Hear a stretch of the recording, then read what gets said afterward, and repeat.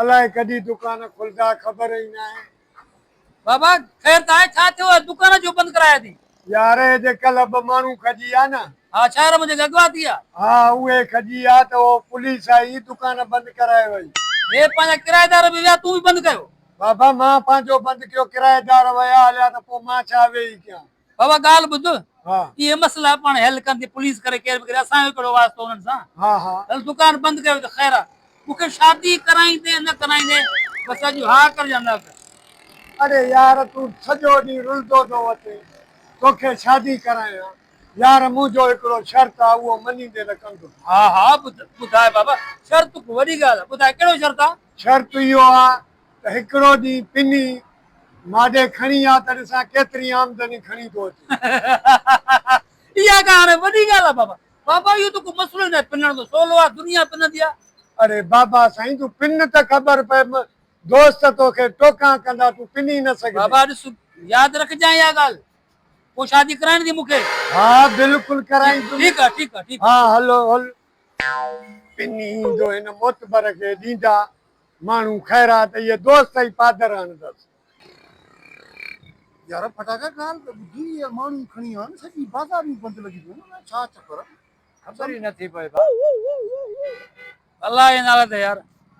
अरे खैरात मिस्टर आशिक पिने दो। हाँ यार मजबूरी आहे न। अरे शर्म तोखे कोन आयो आहे हेॾो लाच तूं हेॾो टेकियल माण्हू दुकाननि जा मालिक सालनि में सीटियूं लाराइण वारो तूं पिने थो। यार ॻाल्हि ई आहे बाबा शर्त रखियो आहे मूंसां वरी कहिड़ो? मजबूरी थी मूंखे पिनाए न त पिनण जो मूंखे शौक़ु थोड़ी आहे को। हाँ हाँ बाबा खे चयमि शादी कराए बाबा चयो अॼो को ॾींहुं मूंखे पिनी खाराए शादी पोइ कराईंदोमांइ। मां चयो पिनण त को मसलो ई न आहे। न बा? हाँ हाँ राज पिननि था मुंहिंजे अॻियां को मसलो ई न आहे। पिनण लाइ तोखे असां दोस्त नज़र आया न घुमंदो थो वतां मुल्क माल ठाहियो आहे गंज ठाहियो आहे। हाँ हाँ अरे पोइ कयूं मदद पाण बि सिरवा त हाँ यार पापा ॾेखारे पंहिंजे के त मां माल मुंहिंजी शादी जो मसलो आहे निभागू जल्दी हाँ जल्दी ये वटि सो वाह वाह वाह वाह वाह फटाका वाह धमाका कम थी वेंदो कम थी वेंदो। अञा घर ते वञा थो चक्कर अरे बाबा धमकियूं ॾे रहियूं चमाए माल कमाए त सभु हाँ गिरकी पए। बाबा तू चुप करे वेही रहो शादी करणी आहे बस।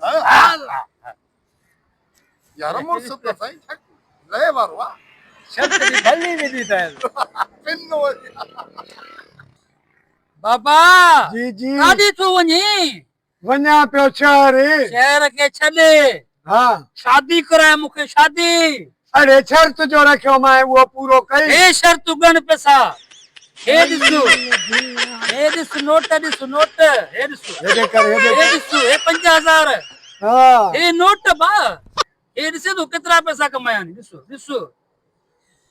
ॻाल्हि ॿुधी थी हाँ अञा ईअं छो नंढड़ो चकर ॾिनो आहे शहर में अञा ईअं वॾो रूट हणा नी हेॾा पैसा बाबा हेॾा पैसा। हाँ हा बा अब हाणे हिकिड़ो शर्त ॿियो आहे उहो मन वरी अलाए कहिड़ो शर्त बाबा तुंहिंजा रोज़ रोज़ शर्त न वा इहो कहिड़ो तरीक़ो आहे? बाबा उहो शर्त त मञणो पवंदी त शादी कराईंदोमांइ न। यार मिस्टर आशिक हाणे मजबूरी आहे फातिमा त मन हलो बाबू ॿुधाए कहिड़ो आहे? हाणे इहो मां वाइदो करे त अॼु खां पोइ वरी पिनंदे न। बाबा हाणे शादी मूंखे कराए न कराए मां पिनण कोन छॾींदो मां।